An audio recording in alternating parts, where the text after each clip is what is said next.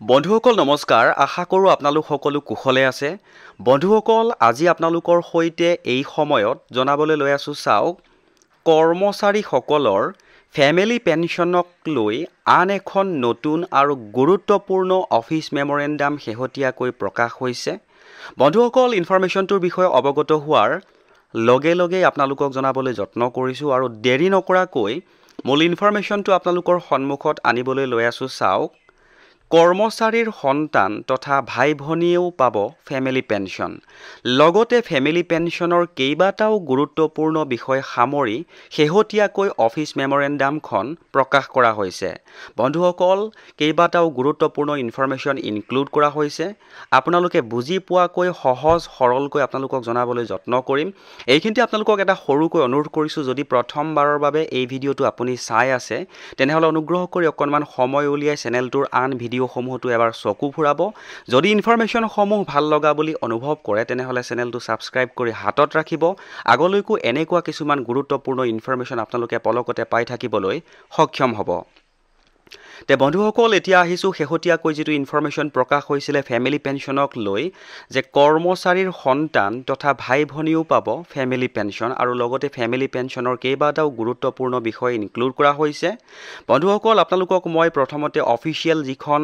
Information অৰ্থাৎ office মেমৰেণ্ডামখন যিখন প্ৰকাশ হৈছিলে দেখুৱাবলৈ যত্ন কৰিছো আৰু ইয়াৰ পাছে পাছে অসমীয়া অনুবাদটো আপোনালোকৰ ওচৰত সহজ সৰলকৈ জনাবলৈ যত্ন কৰিম তে বন্ধুসকল অফিচ মেমৰেণ্ডামখন প্ৰকাশ হৈছিলে চাওক এনেকৈ ভাৰত চৰকাৰ government of India ministry of personnel and PG and pensions department of pension and pensioners welfare আৰু এই গুৰুত্বপূৰ্ণ যি অফিচ মেমৰেণ্ডামখন প্ৰকাশ হৈছিলে সেয়া অক্টোবৰ অৰ্থাৎ 2025 চনৰ 27 অক্টোবৰ তাৰিখে প্ৰকাশ হৈছিলে আপোনালোকৰ সন্মুখত মই গোটেই অফিচ মেমৰেণ্ডামখন দেখুৱাবলৈ যত্ন কৰিছো পঢ়ি শুনাবলৈ যত্ন কৰা নাই এইবাবেই যে ভিডিঅ'টো বহুত বেছি দীঘল হৈ যাব ইয়াৰ অসমীয়া অনুবাদটো আপোনালোকৰ সন্মুখত আনিবলৈ যত্ন কৰিম তে বন্ধুসকল ইনফৰমেশ্যনটো আছিল এনেকুৱা ধৰণৰ আপোনালোকৰ সন্মুখত মই দেখুৱাবলৈ লৈ আছো চাওক চৰকাৰী কৰ্মচাৰী বা পেঞ্চনভোগীৰ দুগৰাকী পত্নীৰ মাজত পৰিয়াল পেঞ্চনৰ নিষ্পত্তি সম্পৰ্কে central civil service pensions rule 2021 অনুসৰি department of pension and pensioners ৱেলফেয়াৰে central civil service pensions rules 2021 জাৰি কৰিছে আৰু central civil service pensions rule 2021 ৰ ৰুল 50 চৰকাৰী কৰ্মচাৰী বা পেঞ্চনভোগীৰ মৃত্যুৰ পাছত পৰিয়াল পেঞ্চন প্ৰদানৰ বিষয়ে ব্যৱস্থা কৰিছে CCS পেঞ্চনছ ৰুলছ 2021 ৰ ৰুল 56 অনুসৰি মৃত চৰকাৰী কৰ্মচাৰী বা পেঞ্চনভোগীৰ পৰিয়ালৰ সদস্যসকলক নিম্নলিখিত ক্ৰমত পৰিয়াল পেঞ্চন প্ৰদান কৰা হ'ব সাব ৰুল 8 ৰ বিধানসমূহৰ অধীনত বিধৱা বা বিধৱ বিচ্ছিন্ন হোৱা পত্নী বা স্বামীকো সামৰি সাব ৰুল 9 ৰ বিধানসমূহৰ অধীনত সন্তানসকল এডপ্টেড চিলড্ৰেন ষ্টেপ চিলড্ৰেন আৰু পেঞ্চনভোগীৰ অৱসৰৰ পাছত জন্মগ্ৰহণ কৰা সন্তানসকলকো সামৰি সাব ৰুল 10 ৰ বিধানসমূহৰ অধীনত নিৰ্ভৰশীল মাতৃ বা পিতৃ এডপ্টিভ পেৰেণ্টছকো সামৰি সাব ৰুল 11 ৰ বিধানসমূহৰ অধীনত মৃত চৰকাৰী কৰ্মচাৰী বা পেঞ্চনভোগীৰ নিৰ্ভৰশীল ভাই ভনী ব্ৰাদাৰ অৰ সিষ্টাৰ যিসকল মানসিক বা শাৰীৰিক অক্ষমতাত ভুগিছে এই গোটেই সকলোকে সামৰি ইনক্লুড কৰা হৈছে বিষয়সমূহ যিহেতু CCS পেঞ্চনছ ৰুল 2021 ৰুলছ 56(1) ৰ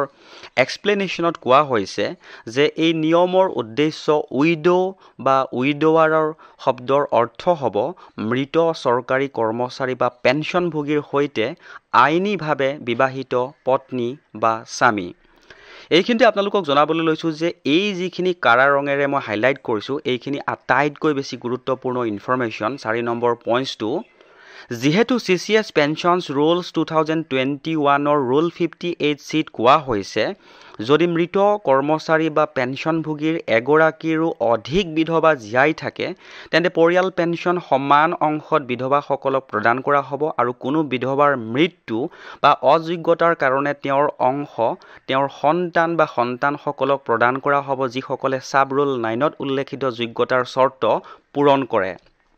অৰ্থটো এইটো যে যিসকল পেঞ্চনাৰৰ দুগৰাকী ওয়াইফ থাকে তেওঁৰ যেটো ফ্যামিলি পেঞ্চন হ'ব সেই দুগৰাকী ওয়াইফৰ মাজত সমানে ভগাই দিয়া হ'ব আৰু যদি কিবা কাৰণত এগৰাকীৰ যদি নাথাকে তেতিয়াহ'লে তেওঁৰ সন্তানে যদি সাব ৰুল 9ৰ যোগ্যতাৰ চৰ্ত পূৰণ কৰে তেনেহ'লে তেওঁৰ সন্তানে সেই পেঞ্চন পাবলৈ যোগ্য হ'ব। তাৰপিছত আৰু কেইটামান গুৰুত্বপূৰ্ণ ইনফৰমেশ্যন ইনক্লুড কৰিছে। বিবাহ বা পত্নীৰ বৈধতা সম্পৰ্কীয় স্থিতি স্পষ্ট কৰা হৈছে, তথাপিও এই বিভাগে এতিয়াও বহুতো প্ৰশ্ন লাভ কৰি আছে। সিদ্ধান্ত গ্ৰহণৰ সময় অপচয় ৰোধ কৰিবলৈ নিয়মৰ স্থিতি পুনৰাবৃত্তি কৰা হৈছে। প্ৰথম পত্নী জীয়াই থকাৰ সময়ত দ্বিতীয় পত্নী ৰখাটো হিন্দু মেৰিজ এক্ট 1955ৰ বিধানৰ বিৰুদ্ধে আৰু CCS পেঞ্চনছ ৰুল 2021ৰো বিধানৰ বিপৰীত। প্ৰশাসনিক কৰ্তৃপক্ষৰ বাবে এনে ক্ষেত্ৰ পৰীক্ষা কৰোঁতে আৰু নিয়মৰ ব্যাখ্যা কৰোঁতে সচেতনতাৰে বিবেচনা কৰাটো অতি গুৰুত্বপূৰ্ণ। এইবোৰৰ পৰা উদ্ভৱ হ'বলগীয়া যিকোনো বিতৰ্কৰ ক্ষেত্ৰত ট্ৰাইব্যুনেল বা আদালতৰ উত্তৰ আৰু বিদ্যমান নিৰ্দেশনা অনুসৰিহে কাৰ্যকৰী কৰিব লাগিব। সকলো মন্ত্ৰণালয় বিভাগক চেণ্ট্ৰেল চিভিল ছাৰ্ভিচ পেঞ্চনছ ৰুল 2021ৰ অনুসৰি দুগৰাকী পত্নীৰ মাজত পৰিয়াল পেঞ্চনৰ নিষ্পত্তি সম্পৰ্কীয় সিদ্ধান্ত লোৱাৰ আগতে ডিপাৰ্টমেণ্ট অফ লিগেল এফেয়াৰ্ছৰ সৈতে পৰামৰ্শৰ প্ৰক্ৰিয়া অনুসৰণ কৰিবলৈ অনুৰোধ জনোৱা হৈছে। বন্ধুসকল, ফেমিলি পেঞ্চনক লৈ কেইবাটাও গুৰুত্বপূৰ্ণ ইনফৰমেশ্যন পালোঁ আৰু আপোনালোকৰ সহায় হোৱাকৈ শ্বেয়াৰ কৰিবলৈ যত্ন কৰিলোঁ। আৰু যদি ইনফৰমেশ্যনটো ভাল লাগিছে তেনেহ'লে আপুনিও এবাৰ শ্বেয়াৰ কৰি দিব বুলি আশা ৰাখিলোঁ।